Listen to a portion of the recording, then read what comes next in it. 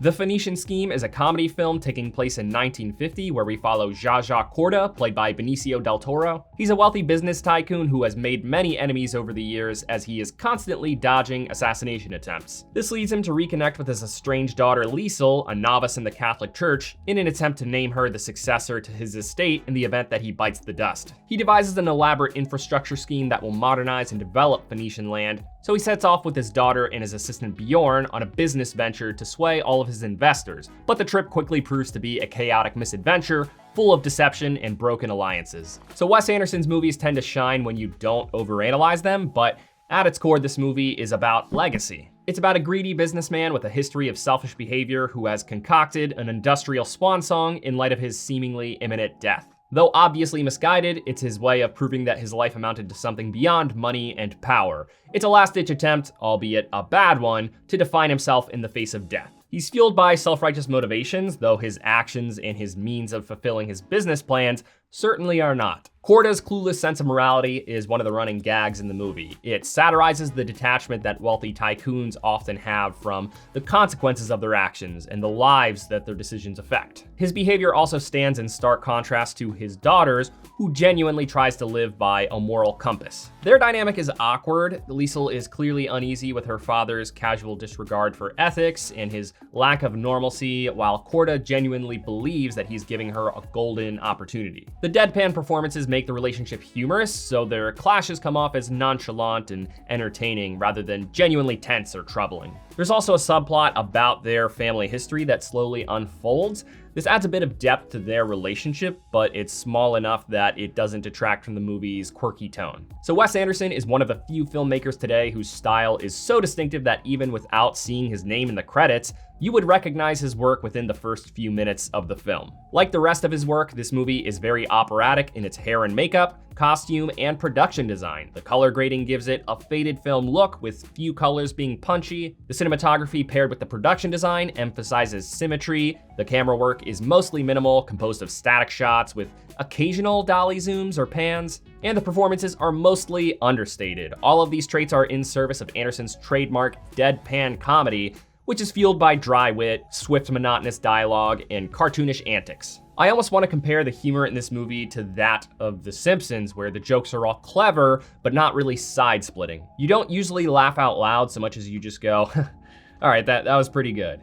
That said, I did laugh out loud a few times watching this movie, though those bigger laughs were kind of far apart. The movie's greatest strength is how wacky and animated it often is. It's mostly a mix of deadpan and absurdist humor, with characters often being very casual about implausible happenings, like hand grenades being handed out like party favors, and death on every corner being treated like an everyday inconvenience. The hijinks, even when graphic and dire, never feel tense or threatening. The beats of this story feel like episodes of a cartoon grouped together. Our characters go around trying to manage the financial contributions to this big scheme, and each of these encounters have their own unique challenges, along with memorable characters who are entertaining enough that any one of them could have been welcomed as a bigger player in the movie overall. Most of them stand out as pretty unique, and they're all played by pretty notable actors, some of whom are really playing into their individual strengths, with one of the standouts being Michael Cera, who delivers his usual awkward charm to perfectly balance the film's quirky tone. Sometimes with Wes Anderson's work, it's hard to get a sense of how you're supposed to feel about certain characters,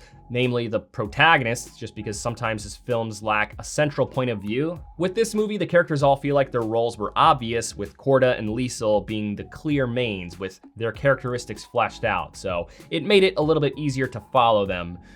Sort of. The plot is mildly convoluted, but certainly not incomprehensible. The details come about through lots of speedy dialogue, so this is definitely a movie where you want to stay engaged. I wouldn't say that Wes Anderson's movies are carried by how interesting the plot is, though, so much as it's carried by the characters, the visual style, and the way that the story is told. Where this movie loses steam, though, is in how involved the plot details are. The plot feels like it clashes with the movie's otherwise very animated tone. It sometimes feels like it suffers an identity crisis, bouncing between uncanny misadventures and long, dry, plot-focused dialogue scenes. Things get pretty stale toward the end of the second act and don't really come back to life until the climax, which does pull you back in, but by then, some of the momentum has already been lost. All that fast, monotonous dialogue, despite contributing to the quiet charm of the movie, makes some parts feel repetitive and dragged out, and honestly, occasionally just dull. Again, perfectly comprehensible, but the plot does feel more involved than it should be to